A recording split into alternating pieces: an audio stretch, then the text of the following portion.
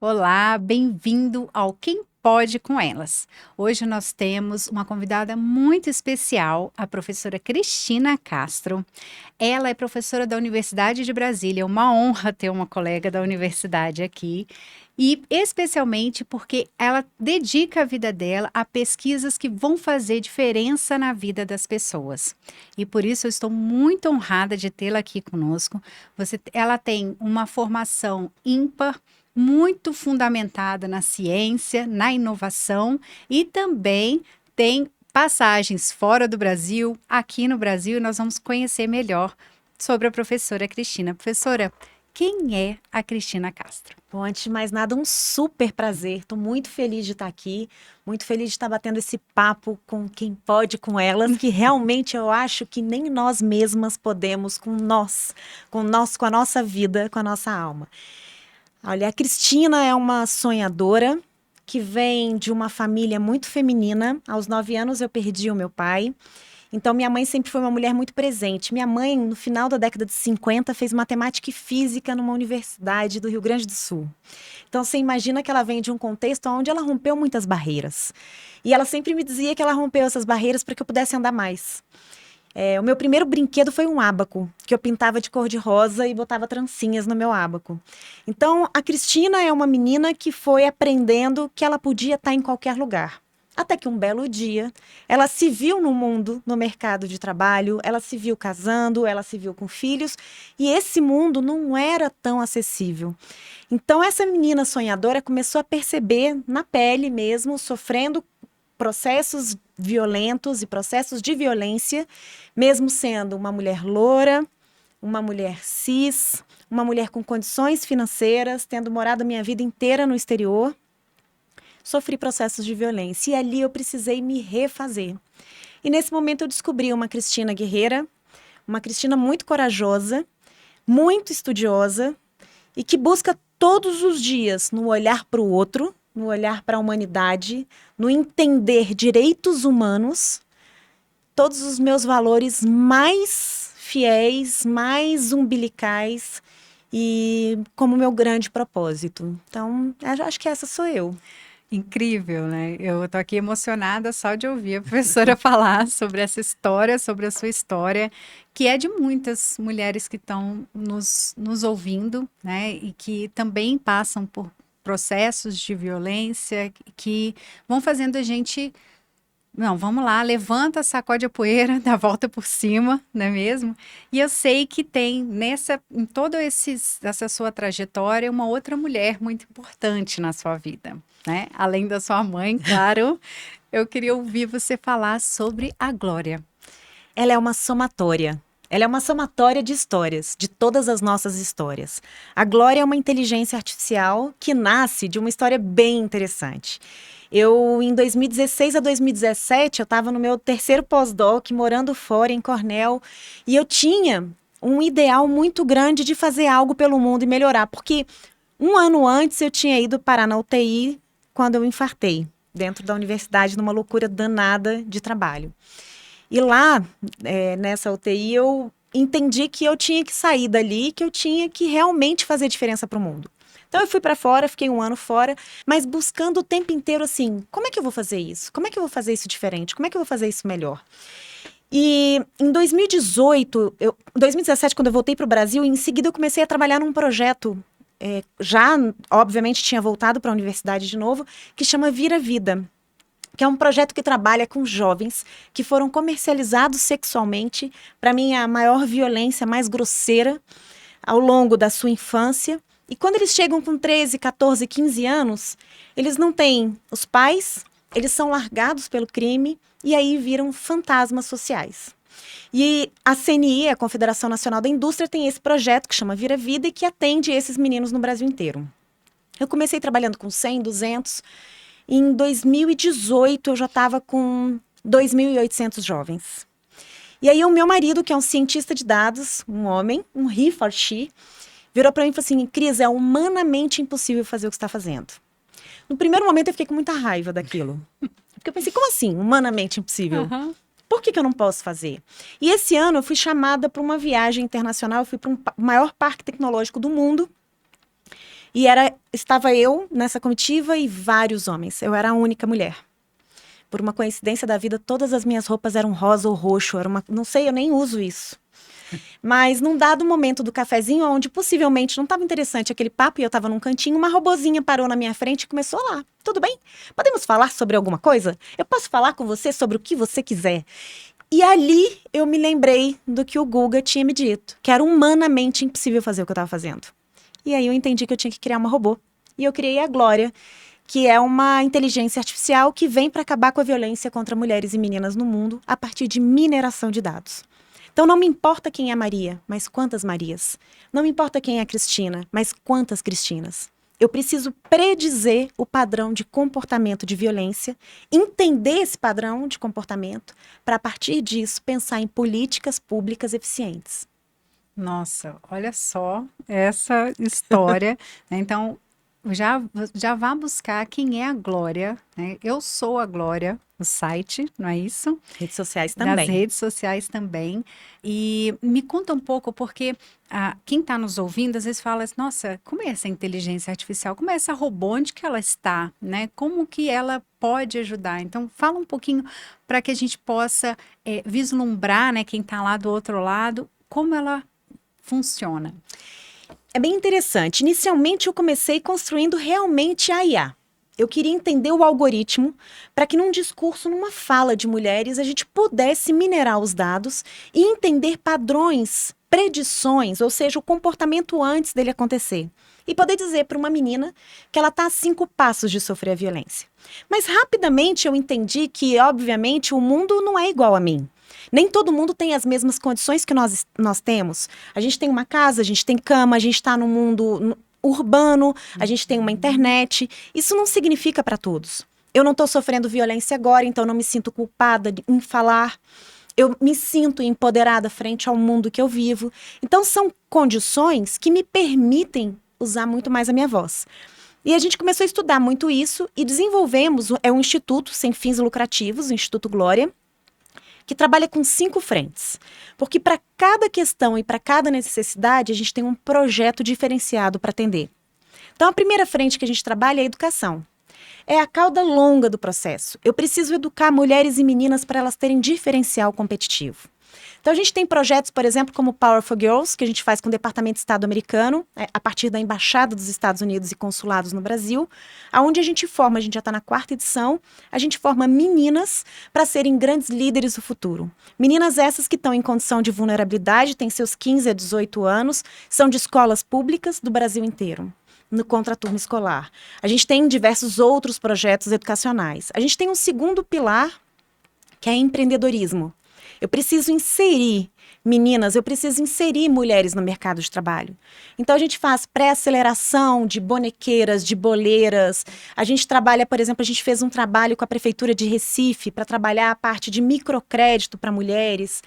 A gente teve um outro projeto grande, que era um jogo que a gente fez com o CNPq, que era para ensinar dentro das escolas como montar a sua startup, como trabalhar com startups sociais e responsabilidade social. É um joguinho em 2D para o celular. O terceiro pilar é saúde. E aí eu adoro estar te ouvindo, porque eu já te faço esse convite. A gente tem, na época do Covid, durante 2 anos, a gente montou na plataforma teleatendimento, então a gente tinha uma base de dados de médicos, enfermeiros, psicólogos, fisioterapeutas, que no teleatendimento, quando foi permitido, atendiam do outro lado pessoas que estavam em condição de total vulnerabilidade. Abrigos, presídio, socioeducativo, casas de apoio. Então, a gente atendia esses locais em apoio do governo e a gente conseguia, com isso, não só entender a doença, o problema, não levar para o posto, mas a gente começou a entender quanto custa quando a gente atende com teleatendimento. E a gente descobriu, por exemplo, monetizando isso, que para tirar uma pessoa de um presídio e levar para um hospital, isso à época custava R$ 2.500 para o governo, enquanto a gente atendendo custava R$ 8. Então, além de tudo, a gente tinha uma economia para os cofres públicos. E agora, não diferente disso, com o Rio Grande do Sul, a gente está atendendo nos centros onde estão homens, mulheres, mas principalmente agora nos centros das mulheres, atendendo toda a questão de saúde, de saúde mental. A gente está trabalhando muito com aquilo das receitas que precisam ser continuadas e mapeando os principais remédios e necessidades locais. O que você traz agora é importante a gente frisar, né? Antes de você continuar os pilares, é que a mudança climática, ela também não é igual para todos, né? As emergências climáticas afetam muito mais as mulheres e a gente está vendo o quanto isso é claro para a gente agora que temos um exemplo aqui no Brasil, né? Quanto mais afeta mulheres, o quanto mais clusters, né, de vulnerabilidade, pessoas com deficiência, pessoas negras, estudos estão mostrando isso há muitos anos, né? Mulheres têm uma taxa de 85% a mais de problemáticas frentes à mudança climática do que homens, principalmente pela questão de vulnerabilidade, mas tem uma outra questão. A mulher, quando ganha ajuda social, isso são estudos dos últimos 15 anos, do governo, ela volta para casa e 100% desse dinheiro ela bota dentro de casa para os filhos. Crianças onde a mãe ganha ajuda social aumentam de peso durante o ano 3,5 vezes mais do que aonde pais ganham. E, de novo, pais não estão errados ou certos, isso é um processo cultural. Homens saem, bebem, tem outras questões e a mulher volta para casa, não come, mas o filho dela come. Então, é preciso a gente olhar para isso. Exatamente. E você estava falando então dos pilares. E ainda tem mais dois. Um outro que é segurança. Então a gente desenvolveu com a Microsoft Mundial. E aí sim, a Glória, a robozinha conversando e falando com mulheres, entendendo pontos de aonde mulheres declaram, então, você sofreu uma violência? Sim. Aonde foi? Foi na rua? Foi dentro de casa? A gente sabe hoje que 68% da violência acontece dentro de casa. Mas aí eu consigo descobrir os safe place, os lugares que estão a salvo. Por exemplo, eu falo do meu trabalho, eu falo da escola do meu filho, eu falo do supermercado, e a gente começa a entender aonde a gente pode fazer ações realmente positivas para impactar e ajudar mulheres a sair de contexto de violência. E o quinto e último pilar, que é uma mãozinha de basta, é a parte de acesso à justiça. Então, a gente tem promotoras, procuradoras, advogadas trabalhando conjuntamente para entender as leis. Nós temos uma dezena de leis focadas em mulher. No entanto, a gente tem mais de 50 mil leis como um todo. Por quê? Porque não temos representantes mulheres. Nós temos 10% de representantes mulheres, Senado, Câmara, enfim. Então, não porque os homens são errados ou não, é porque as necessidades são diferentes.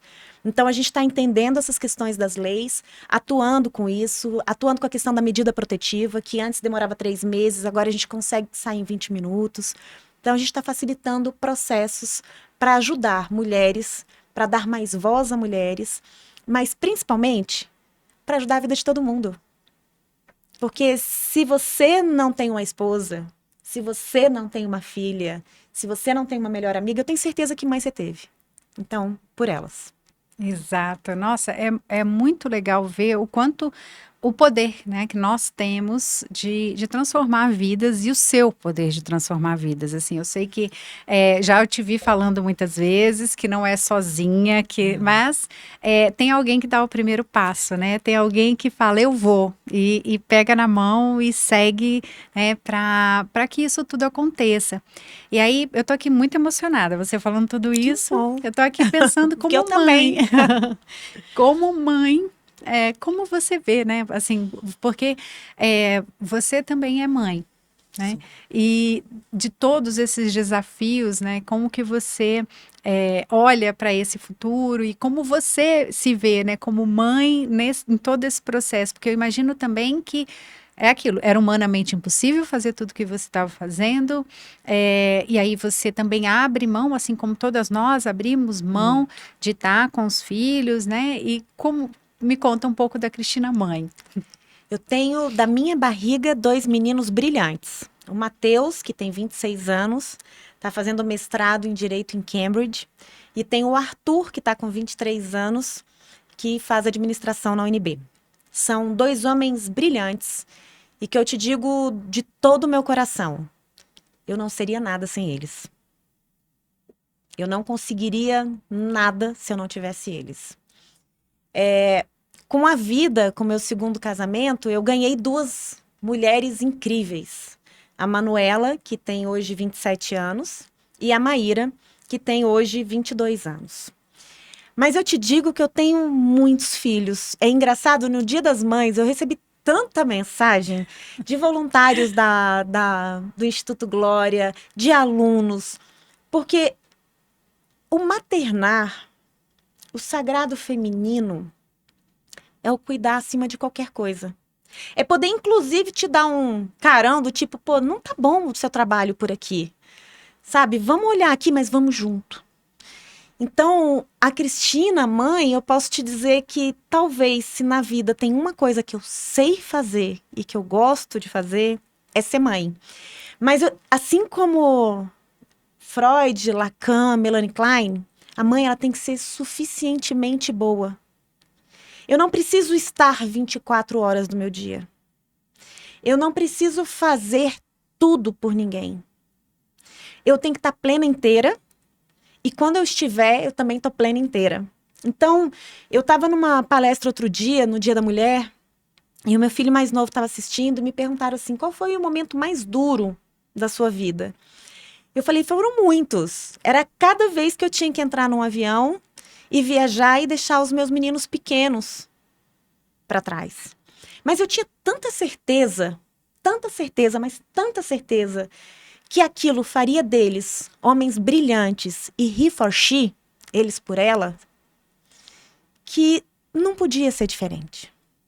Então, hoje, cada vez que alguém me cobra, e que me cobraram muito socialmente... Imagino, é assim, a gente se sente cobrado, né? Mas também me cobraram, viu? Também tinha uma cobrança muito grande. Mas cada vez que eu ouço isso, aí eu penso o quanto deu certo, sabe? Porque eu tinha uma rede de apoio muito massa, porque eu sabia que eu podia contar com eles e eles comigo, e até hoje é assim.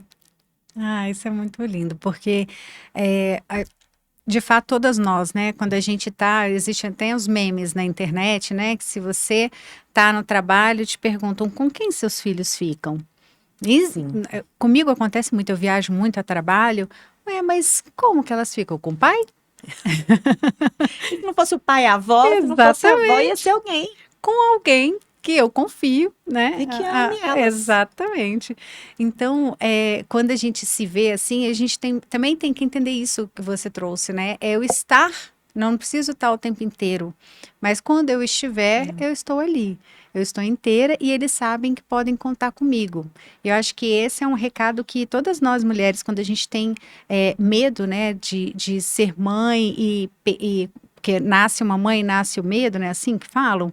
Mas eu acho que a gente tem que ter, não, eu tenho a minha vida, eu sou uma mulher antes de tudo, né? E eu vou seguir também essa vida com eles entendendo isso. Existem até livros, né? Mostrando o quanto os filhos são brilhantes quando as mães se permitem ser quem elas são. E fazer o que elas querem fazer e acreditam, né? Então, é muito legal essa sua trajetória, o que você traz aqui para mostrar, né, para quem está nos ouvindo, aquelas que desejam ou que são mães, de que é possível. Mas não é fácil. Não. Eu conto tudo isso, assim, com essa cara serena, mas saibam, assim, mulheres que estiverem aí na labuta e no desespero de causa, a gente tá junto, sabe? O que vocês precisam é de rede de apoio. O que muito me ajudava eram amigas. Agora, eu engravidei com 19 anos. Eu vim daquela pílula Mercilon, que foi uma pílula de farinha, e foi assim que o meu filho mais velho nasceu. E na época eu não tinha nenhuma amiga mãe. Então eu desbravei esse mundo muito só. Hoje se fala muito nos podcasts, no Instagram, em tantas redes, se fala muito sobre a questão do maternar, o bom e o ruim. Como tudo na vida tem. Tem dias que eu olho para a cara dos meninos, sabe? Mas no todo, nós temos que entender que assim, ninguém faz nada grandioso no mundo sozinho. E eu vim a esse mundo para mudar o mundo.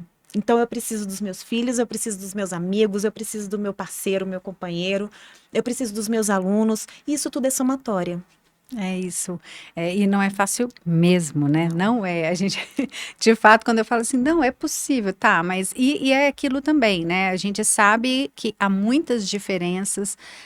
Não é possível falar que todo mundo tem 24 horas, porque quem fica 3 horas, 4 horas do dia dentro de um ônibus sabe o que não é ter 24 horas num dia para fazer as suas coisas. Então, estamos falando aqui de realidades muito diferentes, mas que é Sim. isso, que buscando ajuda, buscando, eu acho que muito mais na questão da culpa, né, de não se culpar, por exemplo, por ter que sair de casa e deixar a criança, muitas vezes gostaria de mudar de emprego, de estar menos longe, né, possível, de ficar menos tempo dentro do ônibus, dentro do transporte público, e às vezes não é possível, e ainda assim ela fica, poxa, eu estou falhando como mãe. Não, né, ela está fazendo o que O pode fazer, máximo o máximo que possível. ela pode fazer, e isso é muito legal.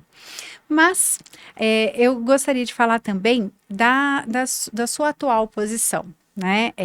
Nós sabemos o quanto estar em cargos de liderança, especialmente quando nós temos essa visibilidade, né, estando em órgãos públicos, por exemplo, também traz desafios importantes para as mulheres. Sim.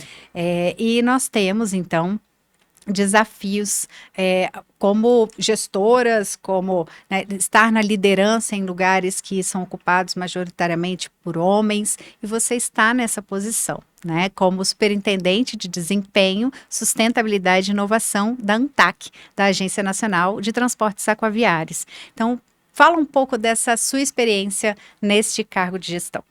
Olha, foi uma loucura. Foi um convite que veio. Eu disse assim, mas gente, o que que eu tenho a ver com portos, né? Eu nunca pisei num porto a não ser para viajar uma vez de navio. Eu falei, e agora? E na época o diretor-geral, que é o mesmo de hoje, ele falou: Olha, Cristina, o que eu preciso de você é que você venha com esse olhar de ESG e inovação. Falei, bom, isso eu sei fazer bem. Os primeiros minutos, os primeiros momentos, eles são mega desafiadores, porque o setor aquaviário é um setor muito masculino. A gente fez uma pesquisa o ano passado, levantamos o setor aquaviário no Brasil inteiro, apenas 17% da mão de obra são mulheres. Em cargo de liderança é 0,8%. Nossa. Então, hoje é uma característica, inclusive, diferente, que dentro da ANTAQ são 5 diretores, né, um colegiado, tem um diretor-geral, mas dentro desse colegiado já tem uma diretora mulher. Nós temos hoje a secretária de Portos e Aeroportos do Ministério, que é uma mulher. E a secretária adjunta de Portos e Aeroportos também é uma mulher. Mas é um momento super, super, super, super diferente do que até hoje a gente passou. O trabalho muito grande de que a gente tenha representatividade, que as pessoas possam sentar à mesa e discutir pontos, que o setor aquaviário, que é um setor em franco crescimento constante, que em momentos como agora, com o Rio Grande do Sul, é com um navio que a gente consegue chegar em grande escala. Né? Uhum. Aqui, quando a gente teve a questão do Covid, era com navios que a gente conseguia trazer uma quantidade absurda de respiradores.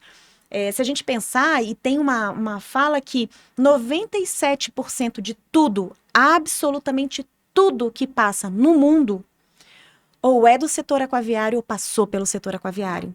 Então, você imagina a potência que Sim. O setor aquaviário do ano passado para cá cresceu quase 7%, 6,9%. Então, de uma potência enorme, mas sem a pluralidade.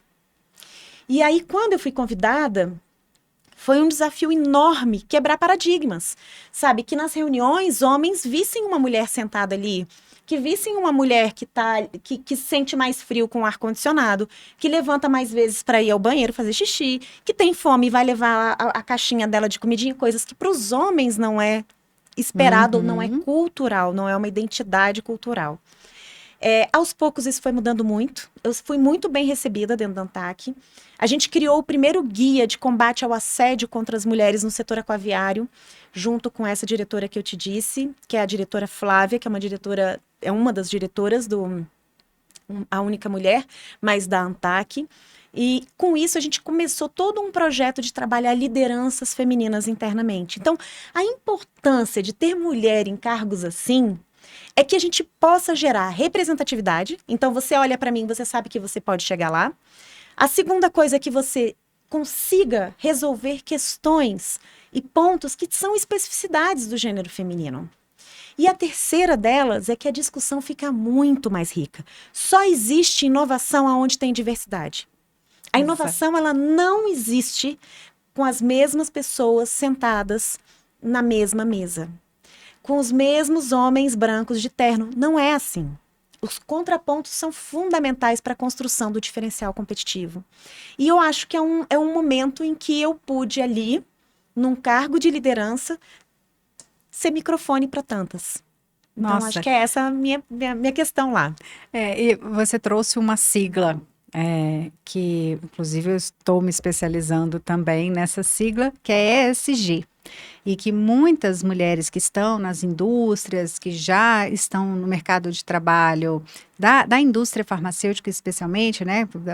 Puxando aí a minha sardinha da farmácia, já conhecem a sigla, mas fala um pouco do que é essa sigla, do que significa, para que as pessoas entendam o quanto ela é importante quando a gente fala de uma gestão responsável, o quanto é importante para essa pluralidade, para essa diversidade e para a inovação. Um país como o nosso, um país tão plural, um país tão diverso, não pode ficar com os mesmos homens brancos de terno, né, não? Atrás da mesa. ESG é uma sigla que surge em 2004, cunhada pela ONU, quando o secretário executivo da ONU, ele olha para o que está acontecendo com o mundo, começa a fazer as primeiras predições de como é que o mundo vai estar nos próximos anos, e ele começa a entender que a gente está tendo um impacto gigante ambiental e social. E aí ele chama os CFOs, os financeiros, os grandes financeiros do mundo. Dentre esse grupo de 20 pessoas, tinham 2 brasileiros, e eles começam a pensar como é que a gente poderia medir algo que já estava se falando há um bom tempo no mundo, que era sustentabilidade, mas que era algo tão amplo. Porque, veja, sustentabilidade pode ser quase tudo. Né? Se eu encher de planta o meu escritório e tornar isso com qualidade para as pessoas que estão ali, isso é uma sustentabilidade. Mas a diferença é que pela primeira vez você poderia, então, medir o impacto e entender principalmente os outputs e os outcomes. Ou seja, os resultados primeiros e os resultados a longo termo. Para continuar fazendo predição futura e entender como é que a gente chega em 2030 ou em 2050 com vida. Bom, o fato foi que a primeira movimentação, e por que os CFOs? Porque eram os grandes donos da caneta do dinheiro que tinham que estar atrás daquilo. Aonde as grandes empresas, se não aderissem, não poderiam ter investimento internacional, não poderiam ter capital aberto na bolsa, não poderiam ter uma série de outras coisas que empresas positivas, empresas que pensassem no coletivo, no todo, estivessem olhando. Bom, disso, ainda teve uma baixíssima aderência por um bom tempo, até que em 2015 a ONU chama todo mundo de novo e fala assim, olha, vamos abrir esses indicadores e vamos começar a separar por questões mesmo, por temáticas. Então, relembrando, ESG é Environment, Social e Governance, ou seja, meio ambiente, social e a governança disso. Meio ambiente, o que eles queriam com isso? Que o que é finito, os recursos finitos, durassem mais tempo. Água, a gente tivesse por mais tempo, alimento, a gente tivesse por mais tempo, o ar sem ser poluído por mais tempo. Social, é o grande valor, é o grande capital, é o grande recurso, que é o humano, frente à melhoria para essas questões ambientais. E, por fim, governança. Os estatutos, os normativos, as regulações, para que essa ponte do social conseguisse realmente melhorar o que era um ambiental. Ou, por outra, não destruir. Pelo menos ser net. Então, quando em 2015 se percebe que isso está muito aberto e que tem vários indicadores, porque são em torno de 90 e tantos indicadores, e aí empresas que eram só de serviço olhavam para o ambiental e diziam, poxa, mas eu não estou destruindo a natureza. Então, por que eu tenho que pensar no ambiental? Por que eu tenho que pensar em emissão de carbono ou descarbonização se eu tenho gente para trabalhar? E aí eles abriram nas ODS, os Objetivos de Desenvolvimento Sustentável, que nós temos 17 objetivos. E aí eles, a partir disso, montaram dentro de um grande report, um grande relatório, o Global Data, que são os indicadores aonde a gente pode olhar. Bom, se eu sou uma construtora, o meu impacto maior é meio ambiente. Então, eu tenho que olhar mais para cá. Se eu sou, por exemplo, uma Microsoft, uma IBM, se eu sou, enfim, um TikTok, não importa, o meu impacto maior é gente. Então, se eu demitir, como é que eu faço para aumentar capital humano? Como é que eu faço para melhorias na ponta? Natura, por exemplo, não só desenvolve o meio ambiente, mas desenvolve as pessoas ribeirinhas que estão ali para cuidar daquele recurso. Então, a ESG é, na verdade, a avaliação, o monitoramento das metas para a gente conseguir chegar em 2030 e 2050. Exato. E chegar, né? Embora a gente tenha muito negacionismo climático, né? Negacionismo de todos os tipos. A gente estava comentando antes aqui o quanto é difícil pensar como uma pessoa para fazer isso, né? A gente não tem tempo para respirar e tem gente que para fazer esse tipo de coisa, né? Negar o que a gente está vendo agora. Eu acho que ficou muito claro com o que aconteceu com o Rio Grande do Sul, que nós temos que fazer, né, diferente, nós temos que cuidar, porque senão a gente não vai chegar a 2030. Não dá para refazer do jeito que está, por exemplo, vai ter que repensar cidades, repensar, né, a forma de organização também da sociedade, né, e políticas públicas fundamentais, né? Então, eu acho que a gente traz isso para a realidade das pessoas quando fala, por que a gente está falando de políticas públicas, né? Por que vocês estão falando aí de que é importante a gente levar, voltando lá no Projeto Glória, que eu quero ter dados suficientes para embasar as políticas. Os cientistas falaram o tempo inteiro, né, que isso ia acontecer. Já estava dito, inclusive pela Universidade Federal do Rio Grande do Sul. Há 10 anos. Há 10 anos. Relatórios foram engavetados, né? Então, esses dados, a ciência, ela vem para isso, para ajudar a tomada de decisão, e é isso que a gente espera, né? Quer comentar? Eu queria comentar uma coisa. Tem um grande problema disso tudo quando a gente olha para meio ambiente e para social. Quando a gente fala de infraestrutura, se a estrada não tiver toda quebrada, ninguém enxerga que aquilo foi gasto dinheiro. Então, se eu vou fazer uma manutenção em algo que está ok, mas porque precisa de manutenção, bombas, por exemplo, para tirar a água da cidade de Porto Alegre, isso não dá voto. Uhum. Então, o que eu reflito todos os dias é que sim, tem que mudar políticas públicas, tem que se repensar em investimento, mas nós, como eleitores, temos que pensar, também refletir qual é o nosso valor, né? Ser cidadão é entender seus direitos e seus deveres. E os nossos deveres estão muito claros. Se eu não pagar o imposto, assim, o governo cai em cima de mim com uma multa enorme.